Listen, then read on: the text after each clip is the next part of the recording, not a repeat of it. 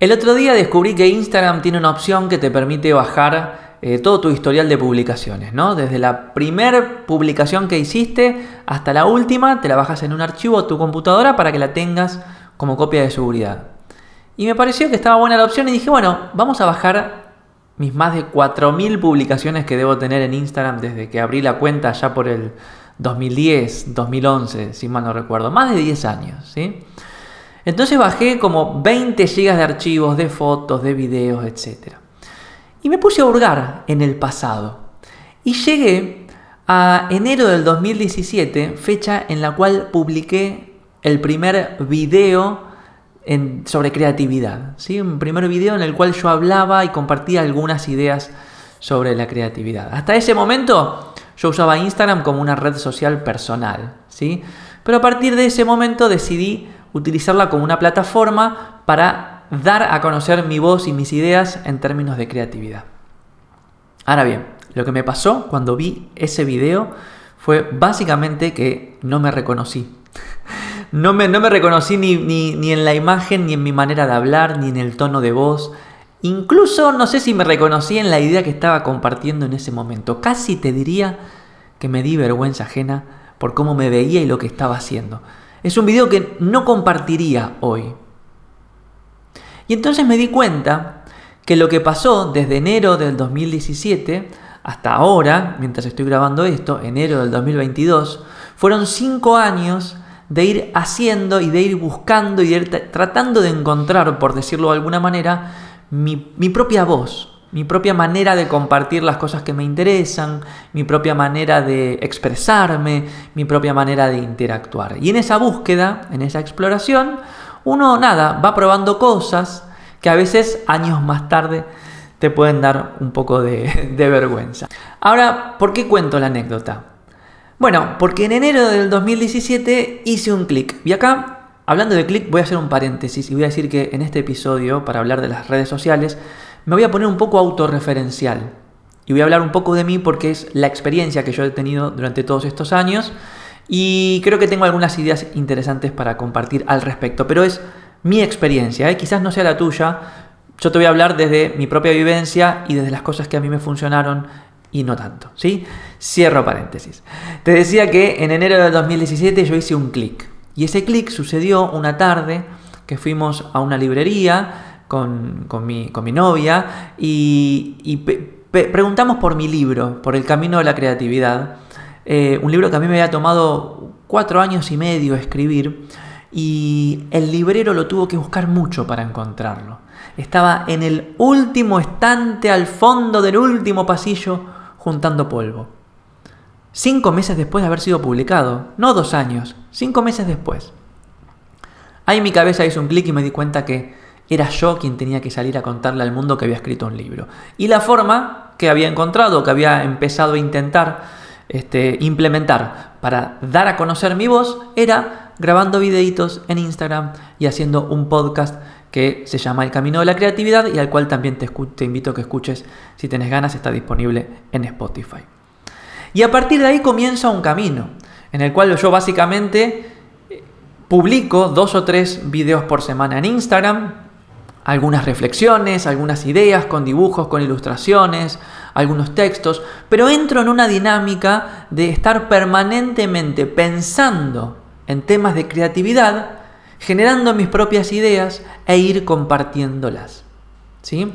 Y lo que sucedió al cabo de 5 años, recordemos, comencé en enero del 2017, estoy grabando esto en enero del 2022, lo visible, nada, vos ya sabés, no sé, 32.000 seguidores en Instagram, 4.000 en YouTube, 2.500 en LinkedIn. No son grandes números, son significativos, pero no son grandes números. Pero eso no es lo importante. Lo visible es que en estos 5 años yo pude trabajar 2 cosas. La primera es lo que los americanos llaman the body of work, ¿no? Un volumen de trabajo. Mucho contenido generé. Y lo segundo es que en estos 5 años pude ir explorando lo que yo te decía al principio, una voz propia, una manera propia de expresarme y de contar mis ideas. ¿Encontré mi propia voz? No tengo idea, porque sigo haciéndolo. Pero me siento mucho más cómodo que hace unos años cuando empecé. ¿Sí? Ahora bien, son dos cosas muy, pero muy importantes a la hora de recorrer tu camino de la creatividad y de construir algo significativo, que es en definitiva lo que queremos hacer todos. Tener un volumen importante de trabajo realizado y al mismo tiempo desarrollar tu propia voz, tu propia manera de manifestarte. Si vos lo ves desde el punto de vista de las redes sociales, ese volumen de trabajo desarrollado quizás no es tan importante porque es efímero, porque ya pasó, porque nadie va a ver el video que yo grabé hace 3 años, ni en LinkedIn, ni en YouTube, ni en Instagram. A nadie le importa y nadie tiene tiempo. Ahora bien, ese volumen de trabajo desarrollado durante 5 años me permitió a mí, por ejemplo, escribir 3 libros. Que esos libros sí siguen dando vuelta, sí siguen viajando y es el día de hoy que me siguen abriendo puertas. Y ahora sí quiero entrar de lleno en la cuestión de las redes sociales. ¿Por qué? Porque muchas personas piensan que hay que interactuar mucho y que hay que publicar mucho y que al hacer esto están invirtiendo tiempo en su proceso creativo, en su emprendimiento, en su proyecto y así se están acercando a sus objetivos cuando nada más lejos de eso. Interactuar mucho, estar mucho en las redes sociales solo te va a hacer estar más pendiente de lo que los algoritmos quieren que vos hagas. Y al mismo tiempo te va a estar alejando de la verdadera tarea, que es construir algo significativo, construir un volumen de trabajo e ir encontrando tu propia voz. ¿Sí? Entonces, se trata de crear para compartir, no de compartir para crear. Y ese es el gran problema al cual nos vemos sometidos todas las personas en el siglo XXI a través de las redes sociales. Creemos que por el hecho de estar e interactuar, estamos acercándonos a nuestros objetivos y no es así. La premisa es hacer primero nuestro trabajo y que las redes sociales sean un reflejo de eso. El tema de este podcast es nadie me sigue, ¿no? Muchos creativos se frustran porque tienen pocos seguidores, porque nadie les comenta, etcétera, etcétera, etcétera. Pero hagamos un pequeño ejercicio para tratar de entender qué pasa si entramos en ese juego de querer más seguidores. Número 1, tengo 32.000 seguidores en Instagram y te puedo asegurar que el 99% no compró ninguno de mis libros. ¿De qué me sirve eso? Yo le hablo al 1% que sí está receptivo y que sí tiene ganas de conocer más acerca de lo que yo hago. Y no es poco, porque ese 1%, al cabo de 1 año, 2 años, 3 años, va haciendo correr su propia voz y va generando mi propia microcomunidad. ¿Sí? Ahora bien, seguimos en el juego, ¿no? Pero yo quiero muchos seguidores, quiero ser famoso y tener cientos de miles, a pesar de que el 99% nunca vaya a comprar tu producto creativo o tu emprendimiento. ¿No te importa? ¿Vos querés hacerlo? Bueno, dale, perfecto. Vas a tener que jugar primero el juego de los algoritmos, porque hay algo que las personas no están entendiendo en líneas generales. Si no te dan like o no te siguen, no es porque no les gustás a las personas, sino primero es porque no le gustás al algoritmo de cada red social, que es tu primer juez, tu primer filtro. Entonces no te enojes con tus seguidores o con los demás seres humanos. Todos tenemos cosas para hacer, todos estamos siendo permanentemente bombardeados por información. En todo caso, enojate con el algoritmo, que es un ente que nadie sabe cómo funciona. Y si nadie sabe cómo funciona, ¿qué tanto vale la pena invertir tiempo en tratar de entenderlo?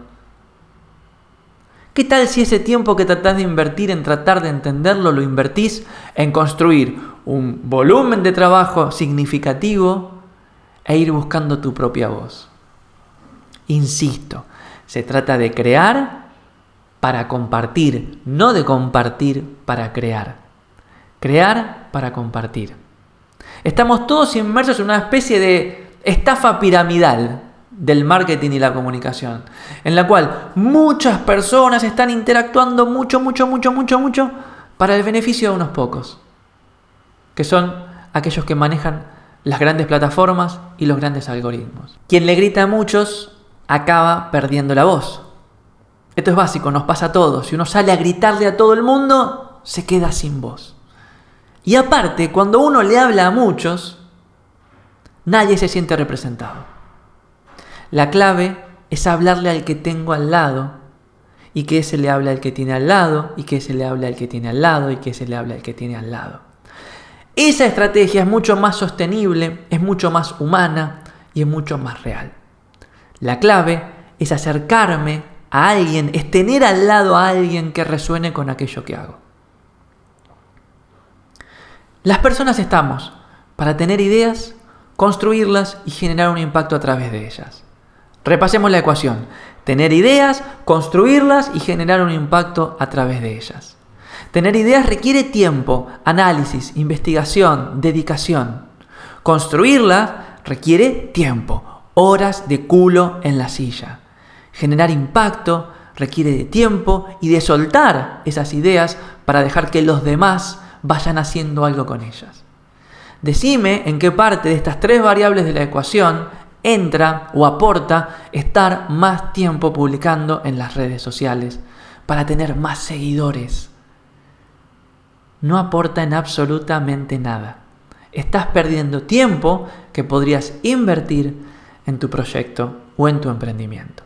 No digo que borres las redes sociales, no digo que desaparezcas. Lo único que digo es que inviertas la ecuación, que dejes de compartir para crear y empieces a crear para compartir. Mi próximo libro seguramente no va a ser el resultado de una publicación o de este podcast o del último video que hice. Mi próximo libro va a ser el resultado de muchas horas de análisis para generar